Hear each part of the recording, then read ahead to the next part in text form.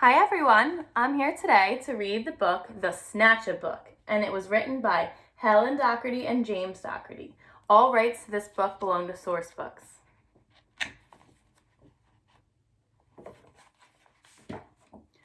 One dark, dark night in Burrow Down, a rabbit named Eliza Brown found a book and settled down when a Snatchabook flew into town.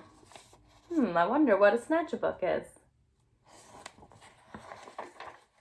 In every house and every bed, a bedtime book was being read.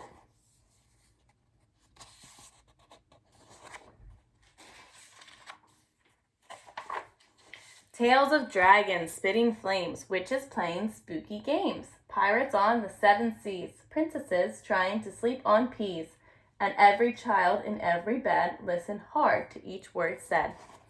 What's your favorite kind of bedtime story? Eliza Brown, at number 3, was reading quite contentedly. Her curtains opened just a chink. She barely had a chance to blink. Her storybook just disappeared. Eliza found that very weird.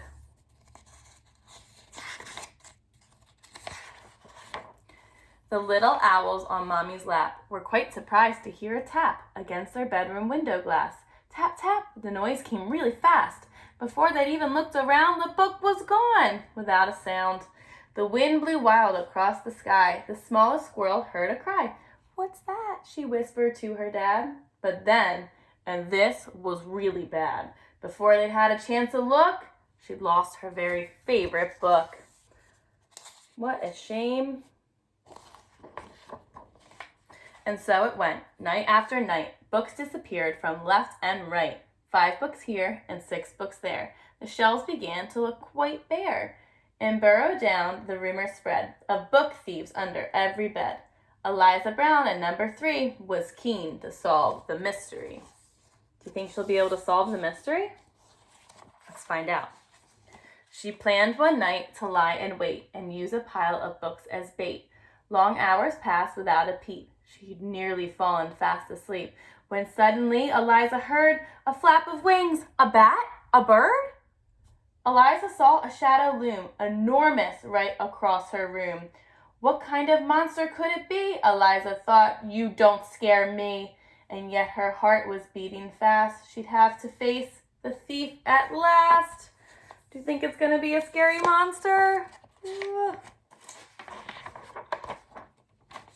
She threw the window open wide and shouted to the thing outside, "Stop stealing all our books right now. Just give them back. I don't care how."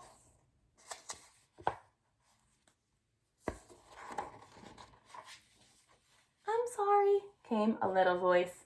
"I really am. I had no choice." Eliza looked down in surprise. She couldn't quite believe her eyes.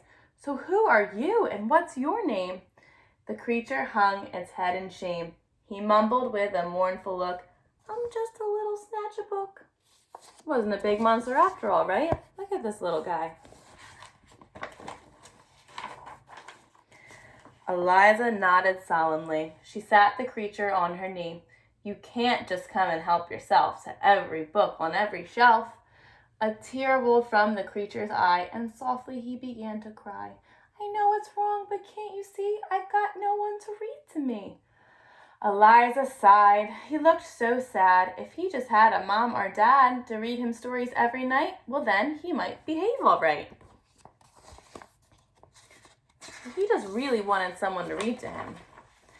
That very night they hatched a plan, and so the Snatchabook began. What can he do to make things right? What do you think? To give back all the books he'd picked. Eliza Brown was very strict. Then, trying hard to prove himself, he stacked them neatly on each shelf. So he's returning all the things that he took. It's a great idea. And when he'd made his full amends, Eliza called on all her friends and told them how he'd worked all night to turn a wrong into right.